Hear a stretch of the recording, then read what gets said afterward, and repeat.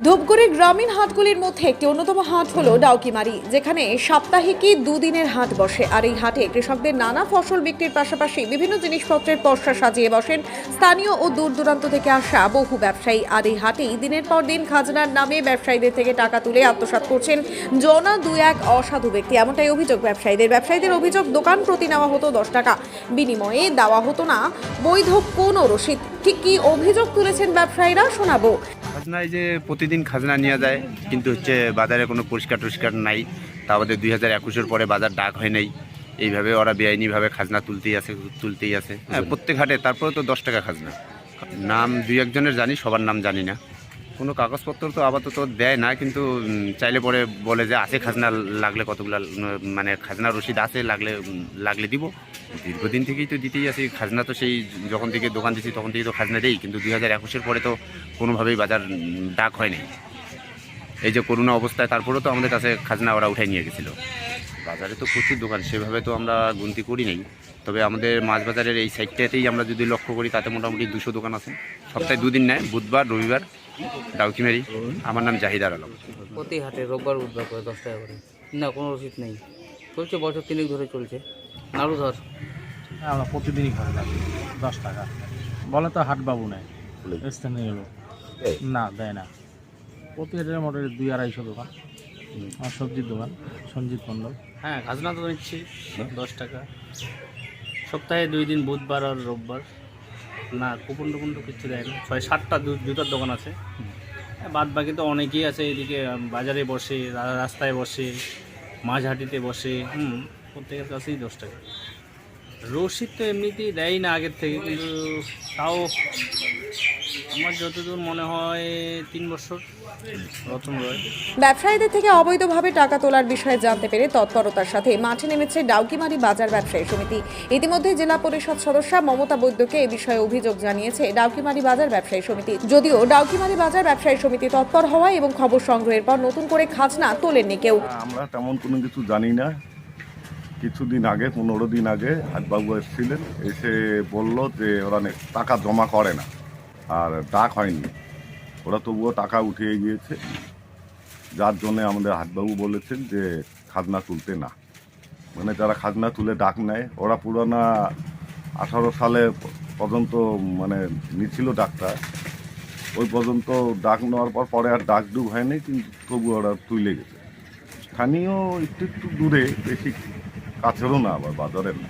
আমরা যা হিসাব করলাম 3 বছর তো হবে কালেকশন করছে, এবং 5 টাকার জায়গায় 10 টাকা করে নিছে। কেন কৃষকদের কাছ থেকে টাকা নিয়ে ওরা খাইছে। টাকাগুলো ওখানেও জমা, কোনো কাগজপত্র নাই ওদের কাছে। আবার হাটবাবু এই আজকে আসছিল, আইসে বলল যে খাজনাটা তুলতে দেন। কেমন করে কী হইলো ওইটা আমাদের জানাইতে চাচ্ছে না। আমরা বললাম যে ওরা যে টাকা জমা করছে ওরকম রসিদ দেখান, খাজনা তুলতে দেব। কোনো হিসাবেই নেই। 3-4 বছরের টাকা, আবার খাজনাও তুলতে বলতেছে। এখন কি হচ্ছে কিছুই বুঝতে পারতেছি না। আমরা এটা বেআইনিভাবে টাকা উঠাইছে, এটা শাস্তি চাই। আমার নাম গোপাল শাহ, বা ডাকুমারি বাজার ব্যবসায়ী সমিতির সেক্রেটারি। সেটা নিয়ে আমি বলবো যে 2017 থেকে 18 এই সালে টেন্ডার হয়েছিল ডাকুমারি বাজারের। আর সেই টেন্ডারে হয়েছে তজিরুদ্দিন বলে এক লোক।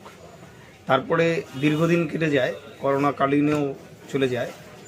আমরা জানি যে হয়তো এক্সটেনশন হয়েছে এই হাটটা, কিন্তু এই কিছুদিন আগে শুনতে পারলাম যে হাটবাবু ছিল, সে আসার পথে বলল যে এইটার কোনো এক্সটেনশন হয়নি, অবৈধভাবে সে টাকাটা তুলছে। সাথে সাথে যারা টাকা তুলছিল তাদেরকে আমরা ধরি এবং বলি যে কি হয়েছে। তখন ওই ব্যাপারটা নিয়ে আমরা আমাদের ব্যবসায়ী সমিতি আরও যারা ছিল তারা সবাই মিলে বসাবসি করি। তাদের কাছে একটাই আমরা জিনিস জানতে চাই যে আপনাদের কাছে প্রয়োজনীয় যে নথিপত্র, টেন্ডার যে তুলছেন খাজনার টাকা, সেগুলো আপনারা দেখান। ওনারা কিন্তু 2018 পরের কোনো কাগজপত্র দেখাতে পারেনি আমাদেরকে। তখন আমরা তাদেরকে এই বিষয়টা অবগত করি যে আপনারা খাজনা তুলবেন না। আমরা তখন খাজনা তোলাটা বন্ধ করে দিই।